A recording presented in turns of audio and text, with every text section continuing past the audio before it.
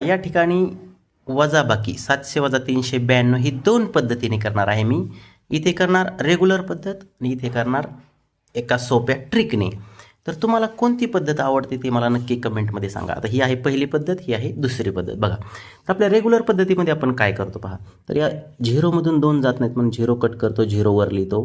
त्याचा शेजारी जो दशक आहे त्याच्याकडून 1 घेतो, परंतु इथे काही नसल्यामुळे अगोदर यालाच आपण मोठी संख्या बनवून घेतो. हा 0 वर लिहितो, या 7मधून 1 घेतो.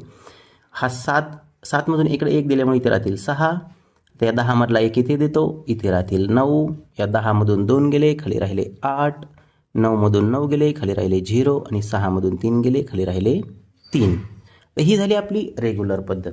परंतु इकडे अशी तुम्हाला सोपी ट्रिक सांगतो की बघा, तुम्हाला कोणती पद्धत आवडते तुम्ही सांगा.